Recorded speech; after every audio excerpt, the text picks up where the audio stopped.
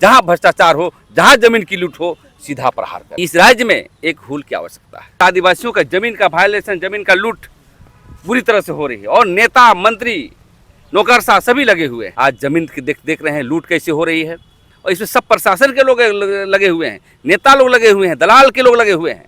और सबसे बड़ी चीज़ जो हमारा रोजगार का प्रश्न है, वो नौकरी जो स्थानीय नियोजन नीति है वो नहीं बन पा रहा। जमीन दलाल है, चाहे आदिवासी चाहे गैर आदिवासी है।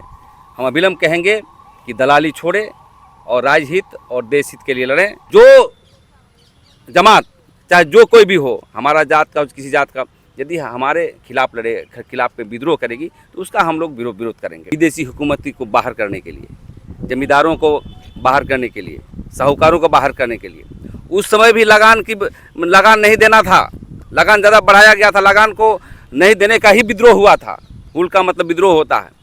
तो हम ये कह सकते हैं कि उस समय जिस प्रकार से अंग्रेज़ों को मतलब देश का माटी छोड़ का ऐलान दिया था, आज के संदर्भ में भी वही है। आज आज़ाद भारत में 75 साल हो गए, लेकिन जो बुनियादी सवाल है देश का और झारखंड का, आज के सवाल का जवाब नहीं मिला है। हमें अब आजकल जो है शर्म आ रहा है यहाँ पर आने के लिए, क्योंकि जिस उद्देश्य से सिद्धू कानू मुर्मू, चांद भैरव, फूलो झानो ने 30 जून 1855 में बोला था अंग्रेजी हुकूमत को और साहूकारी व्यवस्था को, जमींदारों को, कि तुम माटी छोड़ो, हम लगान नहीं देंगे। आज झारखंड में ही हो रहा है। आज नौकरियां नहीं मिल रही नौजवानों को, छात्र नौजवानों को, और आदिवासियों का जमीन का वायलेशन, जमीन का लूट बुरी तरह से हो रही है और नेता, मंत्री, नौकरशाह सभी लगे हुए हैं। तो मैं यही संदेश देना चाहता हूँ पूरे झारखंड के छात्र, नौजवान और यहाँ की जनता को कि एक हुल की और आवश्यकता है और हम हारेंगे नहीं। बार बार हम इसलिए आते हैं यहाँ पर कि ताकि हमारा आत्मा जिंदा हो। आज यदि सिद्धू कान्हू जिंदा होते तो रोते हो कि हम किस लिए आज़ादी की लड़ाई लड़े, लेकिन आज आर्थिक, सामाजिक, राजनीतिक पूरा ध्वस्त हो गया है, जमीन लूटी जा रही है। इसके लिए हम लोग आज संकल्प के रूप में आए हैं कि आने वाला समय में जितना हो हमारी ताकत है, हम इनकी नीति को, इनके सिद्धांत को आगे बढ़ाने का काम करेंगे और जो भी जन विरोधी काम होगा झारखंड में, उसके लिए एक और हुल करने का करेंगे। प्रत्येक वर्ष भारत में 30 जून को हुल दिवस के तौर पर मनाया जाता है और अंग्रेज़ों के खिलाफ आदिवासियों के बलिदान, शौर्य को आज याद किया जाता है। 1855 में सिद्धू कान्हू के नेतृत्व में भोलना डी में अंग्रेज़ों के खिलाफ एक आंदोलन, एक लड़ाई को छेड़ा गया था और आज 30 जून है। आज पूरा भारतवर्ष हुल दिवस मना रहा है। अंग्रेज़ों के खिलाफ आदिवासियों की लड़ाई, उनके शहीद, उनके बलिदान, उनके त्याग को शौर्य के तौर पर मना रहा है। हमारे साथ अभी आदिवासी जन परिषद के केंद्रीय अध्यक्ष हैं। सबसे पहले आपको हुल जोहार रहेगा आज के दिन। हुल जोहार, हुल जोहार। 75 वर्ष के भारत में क्या उनके सपनों का भारत यह बन पाया है? आदिवासियों को हक, अधिकार, मान, सम्मान मिल पाया अब तक? देखिए, आज हम लोग आदिवासी जन परिषद की ओर से सिद्धू कान्हू पार्क में माल्यार्पण करने आए थे और संकल्प लेने के लिए आए थे। जैसा कि अब मालूम है, आपने बताया कि 30 जून 1855 में जो हुल उलगुलान हुआ था, ये सबसे पहले हुल क्यों हुआ था? विदेशी हुकूमती को बाहर करने के लिए, जमींदारों को बाहर करने के लिए, साहूकारों को बाहर करने के लिए। उस समय भी लगान नहीं देना था, लगान ज़्यादा बढ़ाया गया था, लगान को नहीं देने का ही विद्रोह हुआ था। हुल का मतलब विद्रोह होता है। तो हम ये कह सकते हैं कि उस समय जिस प्रकार से अंग्रेज़ों को मतलब देश का माटी छोड़ का ऐलान दिया था, आज के संदर्भ में भी वही है। आज आज़ाद भारत में 75 साल हो गए, लेकिन जो बुनियादी सवाल है देश का और झारखंड का, आज के सवाल का जवाब नहीं मिला है। आज सबसे पहले आज ज़मीन की देख रहे हैं लूट कैसे हो रही है और इसमें सब प्रशासन के लोग लगे हुए हैं, नेता लोग लगे हुए हैं, दलाल के लोग लगे हुए हैं। और सबसे बड़ी चीज़ जो हमारा रोजगार का प्रश्न है, वो नौकरी जो स्थानीय नियोजन नीति है वो नहीं बन पा रहा है।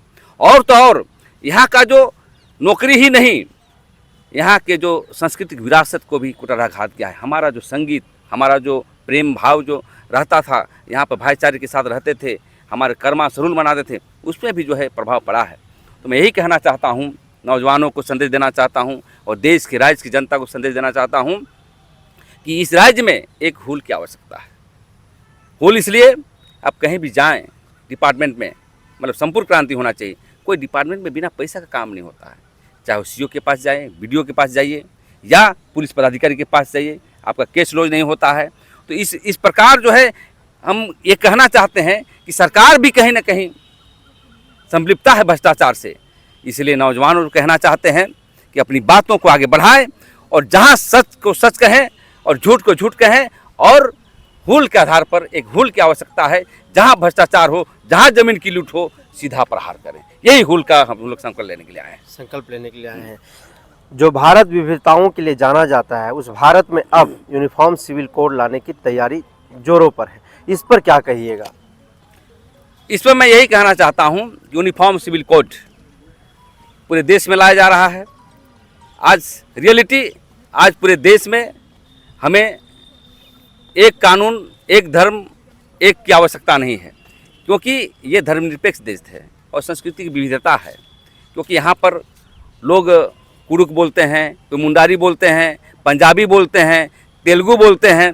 तो ऐसी परिस्थिति में यूनिफॉर्म सिविल कोड लाना देश हित में नहीं है, और सबसे बड़ा घाटा जो होगा वो आदिवासियों का होगा।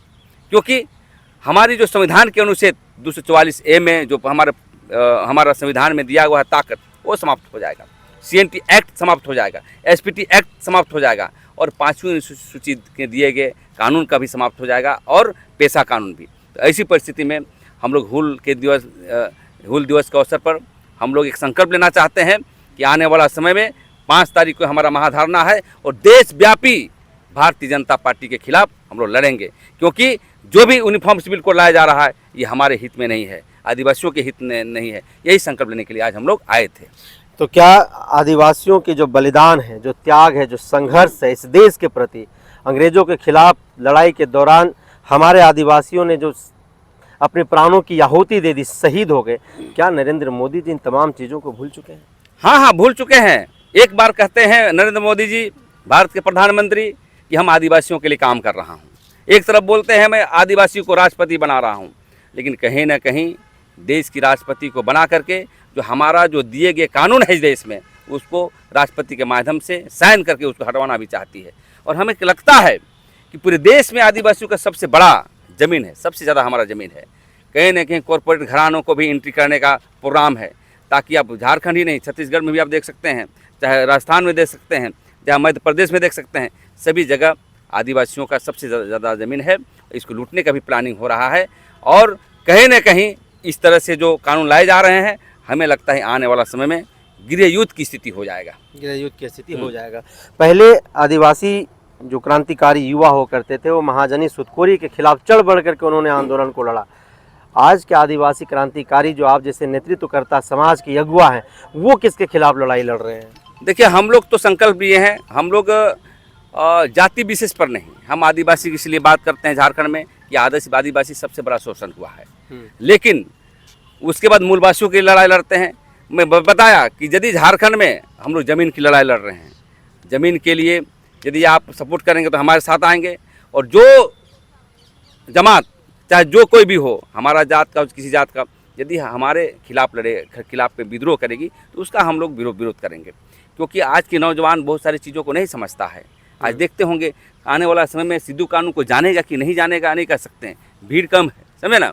इसका मतलब ये हम यही संदेश देना चाहते हैं कि नौजवानों को कि सिद्धू कानून के सिद्धांत को, बिरसा मुंडा के सिद्धांत को पढ़ें, और आज़ादी में जिस प्रकार से लड़ाई लड़ी गई थी, झारखंड में जो तत्काल प्रभाव में लड़ाई हो रही है, उसके लिए संज्ञान लेकर लड़ने की आवश्यकता है। सिद्धू कानून चाहे चांद भैरव की बात करें, तो पाठ्यक्रम में जब ये रूटीन में आ जाएगा शिक्षा में, तभी तो बच्चे पढ़ गए। किताबों में न तो सिद्धू कानून के बारे में आपको विशेष तौर पर बताया जाता है, न तो चांद भैरव के बारे में बताया जाता है, न ऐसे कई स्वतंत्रता सेनानी हैं जिनके बारे में किताबों में या फिर पाठ्यक्रम में उस तरीके से प्राथमिकता के तौर पर नहीं लिखा गया है कहीं कि बच्चे बढ़िया से डिटेल में जाकर के इन लोगों के बारे में पढ़ सकें। ये बात सही कहा कि हम मांग भी करना चाहते हैं जन परिषद की ओर से कि इसका प्रथम पाठ्यक्रम में, झारखंड के सिलेबस में और देश का भी सिलेबस में प्रथम पाठ्यक्रम में पढ़ाई होना चाहिए, ताकि आने वाले नौजवान, आने वाले बच्चे जान सके कि आज़ादी के समय में, स्वाधीनता संग्राम के समय में कौन लड़ा था, ये पता नहीं हो पा रहा है।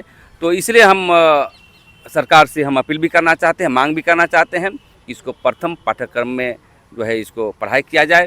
और सिद्धू कानू पार्क का जो फोटो है, जो मूर्ति है, ये पूरे एकदम विशाल कम से कम 100 फीट का बनाया जाए, ताकि इसको देख करके जो भी यहाँ के नौजवान हैं उसको लेकर के वो एक संज्ञान मिले बच्चे लोग और देख करके इतिहास को जानते हुए आगे बढ़ने का काम करें और आज़ादी में जिस प्रकार लड़ाई हुआ था अपने आने वाला समय में लड़ाई करने का काम करें।